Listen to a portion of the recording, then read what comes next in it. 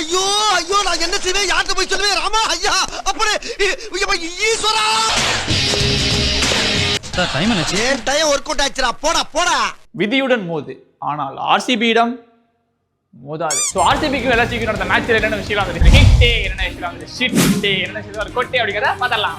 King கோலி இருக்க RCB டீம்ல எப்படி ஒரு கப்பு கூட இல்ல அப்படின்னு அந்த கடவுளே வந்து கடுப்பாகி ஜித்தே சர்மா அப்படின்ற ஒரு தெய்வ குழந்தையை படைச்சு அது ஆர்சிபி கிட்ட ஒப்படைச்ச மாதிரி கிங் முன்னாடியே கிங் மாதிரி பேட்டிங் ஆடி கிங்க கூட்டிட்டு போய் சிம்மாசனத்துல உட்கார வச்ச ஜித்தே சர்மாவோட பேட்டிங் இன்னைக்கு ஹிட். துப்பாக்கிக்கும் பீரங்கிக்கும் இடையில என் காதல் புதுவானமாயிருச்சுடா அப்படிங்கிற மாதிரி மத்த எல்லாரும் அடிச்ச அடியில கிங் கோலியும் மயங்க் அகர்வாலையுமே எல்லாரும் மறந்துட்டாங்க.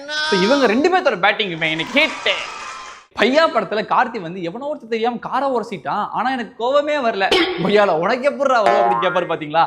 அந்த மாதிரி 27 கோடியை லக்னோ டீம் கிட்ட இருந்து வாங்கிட்டு இன்னைக்கு ஆர்சிபிக்கு 2 ஹெல்ப் பண்ணிருக்காரு. என்ன அப்படின்னா ஃபர்ஸ்ட் ஆர்சிபி வந்துட்டு டாஸ்ல கொடுத்த பேப்பரு தப்பு. அதாவது ஃபர்ஸ்ட் பவுலிங்க்கு அவங்க சுயா சர்மா பேர் எழுதுறதுக்கு பதிலாக ரஜத் பட்டிதரோட பேர் எழுதி வச்சாங்க. ஆனா அது பரவாயில்ல அப்படின்னு சொல்லி இவர் பெருந்தன்மையா ஓகே அப்படின்ட்டாரு. அதுக்கப்புறம் ரொம்ப முக்கியமான நேரத்துல ஜித்தே சர்மா வந்துட்டு மண்கட் ஆனப்ப அது எங்களுக்கு தேவையில்லை அப்படின்னு கால் ஆஃப் பண்ணாரு பாத்தீங்களா.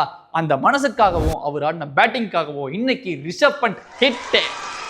சரி, என்னென்ன விஷயம்லாம் வந்து இன்னைக்கு ஷிட்டே அப்படின்னு பார்த்தோம்னா வில்லியம் ஓருக்கு தான். ஆனா வந்துட்டு இவர் எப்படி சொல்றது, சிவனே நியூசிலாந்துல வந்து பவுலிங் போட்டுக்கிட்டு ஜாலியா இருந்தவரை கூட்டிட்டு வந்து ஒரே மேட்ச்ல பவுலிங் போட்டு ஒரு 74 ரன், அது மட்டும் இல்லாம ஃபீல்டிங்ல ஒரு 15 ரன் அப்படின்னு மொத்தமா ஒரே மேட்ச்ல 90 ரன் கொடுக்க வச்சு அவரோட கான்பிடென்ட்டையே உடைச்சு விட்டு லக்னோ டீமுக்கு ஷிட் கொடுக்கறதா இல்ல இவ்வளவு பெரிய சம்பவத்தை பண்ண வில்லியம்ஸுக்கு கொடுக்கறதா தெரியல. அதை நீங்களே சொல்லிருங்க. சரி, என்னென்ன விஷயத்துக்கு ஒரு கொட்டை அப்படின்னு பார்த்தோம்னா முக்கியமான நேரத்துல ஒரு விக்கெட் எடுத்து அது நோபாலா போட்டது கூட ஓகே தான், ஆனா அதுக்கு ஒரு செலிப்ரேஷன் ஒன்று பண்ணீங்க பாத்தீங்களா. ரொம்ப முக்கியமான இடத்துல ஒரு பெரிய சொதப்புன திக்வேஷுக்கு ஒரு கொட்டை. ஆச்சி பாதாம் ட்ரிங்க். ஆச்சி பாதாம் ட்ரிங்க் ஒன்னு வாங்கினா ஒன்னு ஃப்ரீ.